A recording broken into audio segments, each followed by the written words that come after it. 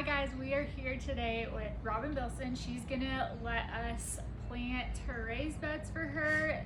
Her husband just built these beautiful raised beds. They're amazing, so we had to give him a shout out.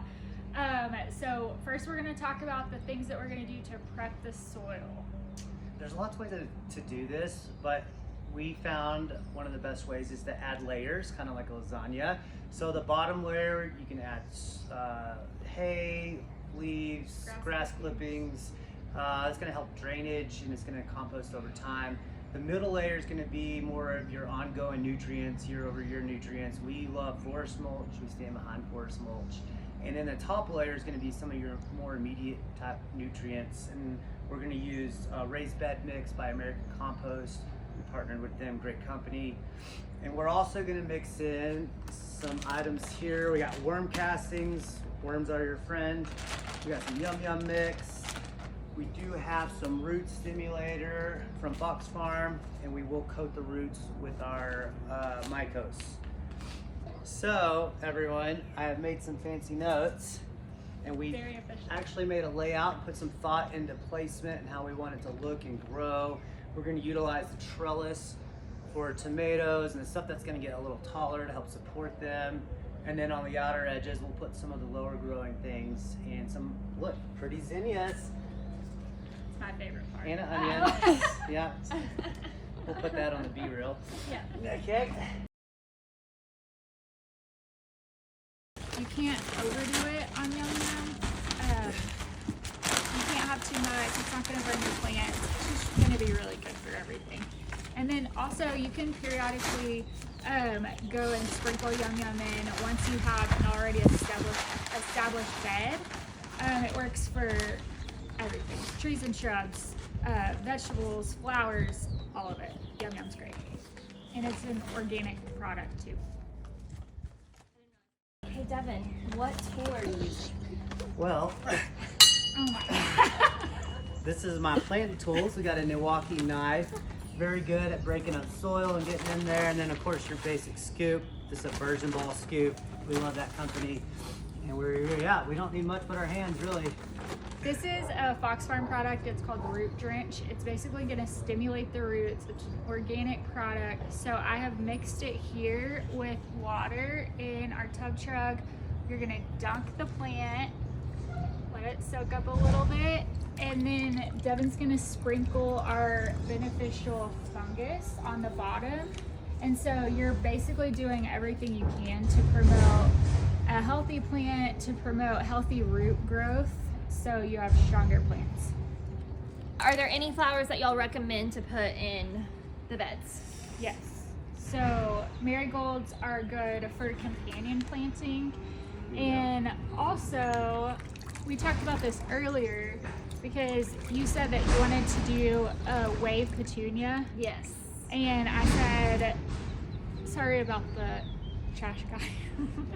Time to ask a question. I said that you shouldn't do that because the wave petunias will start sucking all of the nutrients away from the other plants. So some good ones to do: marigolds, zinnias are great, snapdragons are good, so pansies. It is gonna get a little bit warm for pansies, so we'll just go straight on to the summer flowers. Can you sprinkle in like flowers for like a butterfly garden? So the zinnias will attract, both of these will attract butterflies. The zinnias are great for pollinators. Okay. So that's kind of the purpose of planting the zinnias and everything as well. Yeah, some of the salvias and other varieties of stuff that'll attract the pretty butterflies. Typically you can add pots around that'll really be cool and look great as well, but normally the stuff that gets bigger may not want to add to your vegetable planting. So I'm gonna plant the marigolds that don't get as tall as the zinnias in these smaller spots. And then I'll probably do the zinnias in like the taller spots in around the edges, and they'll kind of trail out. Initially, you're going to be wanting to spray, usually weekly to bi-weekly, that neem product. It's going to help with spider mites, some of these earlier bugs. And as we get hotter, especially on some of these leafy vegetables, white fly will start taking over on some of that, and you're gonna have to spray spinosad on that as things start getting bigger and it gets hotter. So it's an ongoing issue, but if you don't do the sprays and the bug control, it's gonna be hard to be successful with our mild winter.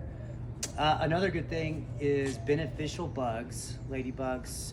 There's cloister mites that you can release that are fairly cheap, but they will actually battle the bad bugs. So that's what we've been experimenting with in our own greenhouse, and it's been working great. What plants need to be grouped together for watering?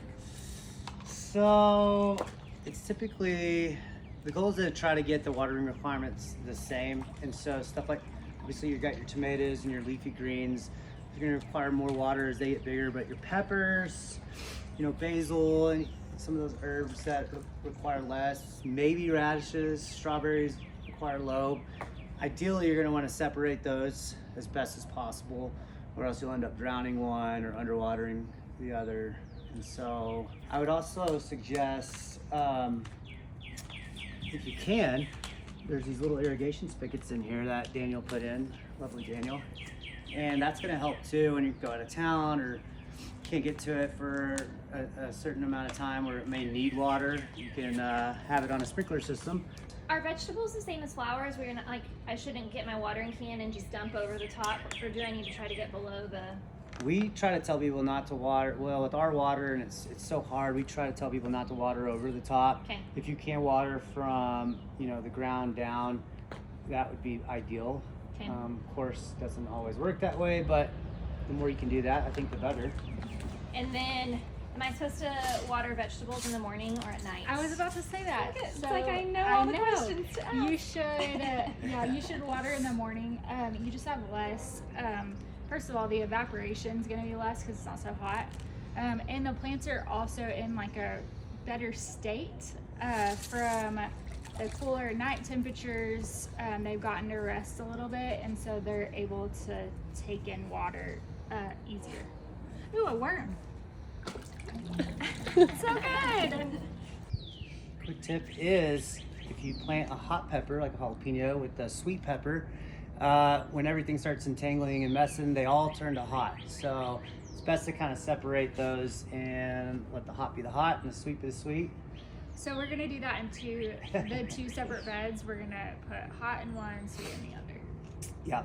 Another quick note is on the first flower, when you get on your pepper, it's gonna be best to strip those bottom leaves of your pepper. It's gonna promote it to keep going upwards and to basically be a stronger plant eventually. Otherwise, it'll just kind of stunt and start producing the peppers. So when there's a first bloom, you rip off the leaves Below it. Below this, yeah, Okay. on the stem.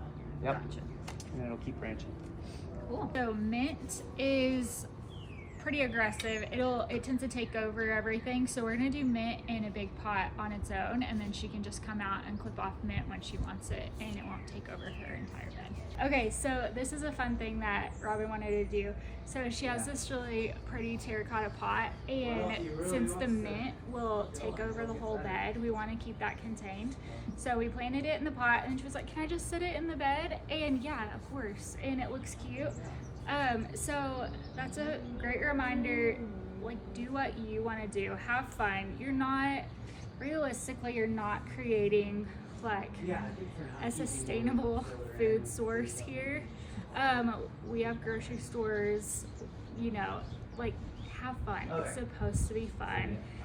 Plant what you like, try new things, plant things that your kids like. Devin's jumping on a trampoline behind us, so he knows how to. Look at you go. Woohoo! Getting close to the end. This is a slow release fertilizer by Fox Farm. And typically it's gonna last around 3 months. You just give it ongoing fertilization. I just take a little bit here, sprinkle it around the base of the plant, and then once that starts watering, it'll activate it, and it's as easy as that. We'll do it around everything. Okay, so we've gotten everything planted. We're getting it all watered in.